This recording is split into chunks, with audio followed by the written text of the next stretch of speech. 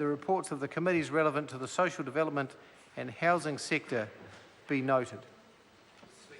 I call Alfred Ngaro. Thank you, Mr Speaker. I move that the report on social development and housing sector be noted. Mr Speaker, it's an honour and a privilege to speak as the chairperson of the Social Service Select Committee this evening. And in regards to the annual reviews, we know that the Minister of Social Development delivered two particular services. One is the social support services that it delivers, both in delivering and purchases of the services, and also to social policy advice.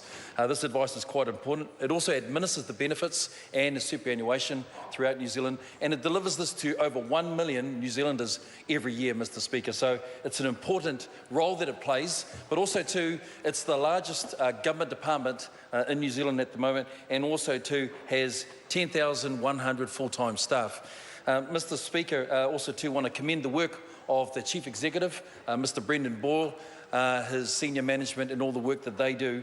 And when they came to the committee and presented their report, Mr Speaker, I'd like to speak about some of those things in particular.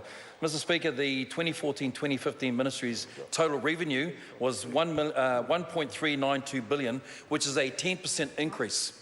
It's a 10% increase on the 2013-2014 budget, and that's quite significant. It shows that as a government we've recognised the needs that are currently there and providing for those needs as well.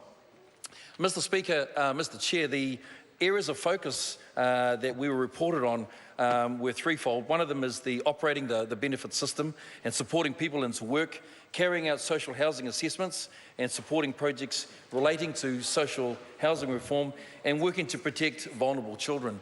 And I want to talk about some of those facts in my speech this evening. Reducing welfare dependency and supporting vulnerable children is a key priority of this government under its Better Public Services. And we've talked about some of the cross-sector leadership and agency work that's been happening, which has been quite significant in the work that they've been conducting as well.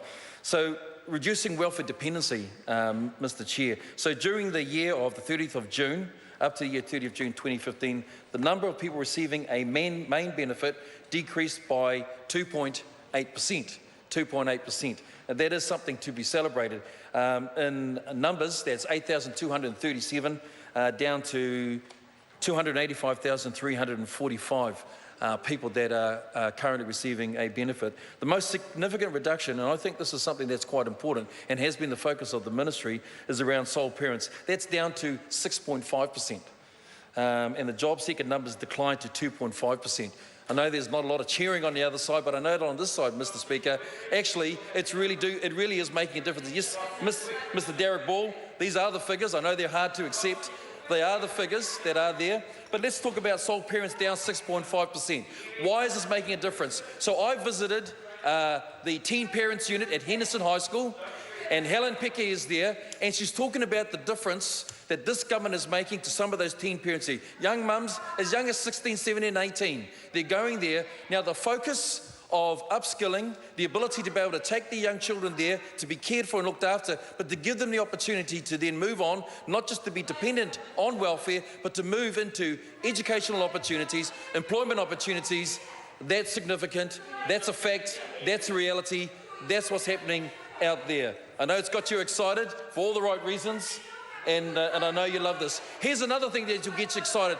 Under this government, we've set in what's called an aspirational goal. I know that previously there has been a lot of goals. The aspirational goal is this, that we want to reduce the overall number of working age clients by 25%. That's right, it's an aspirational goal. Why? Because we truly believe on this side that the fact is that the longer our people and our communities are on welfare, the worse off they are for their futures. So there's a significant goal that's really important as well. Here's some more evidence that measures the significance of the role that MSD is playing. Long-term beneficiaries. At the 30th of June 2015, 65,550 beneficiaries have been receiving job seeker support for more than 12 months. This is 3% fewer than the previous year. 3% fewer. That's making a difference. Why? Because again, the roles that we're playing is wanting to make sure, well, Salvation Army. Well, let's talk about a Faith Factory down in View Road in Henderson. You may not have visited, that's right, because actually we go out and visit these places We go out and visit these places, real people in real places. We're talking to them about the roles that they're playing. That's right. We can name a place, name a person, and actually have been there to a soup kitchen to see the work that's happening, right? And it is making a difference. It's changing lives that we're seeing as well. Mr. Speaker, thank you. Phil Twyford.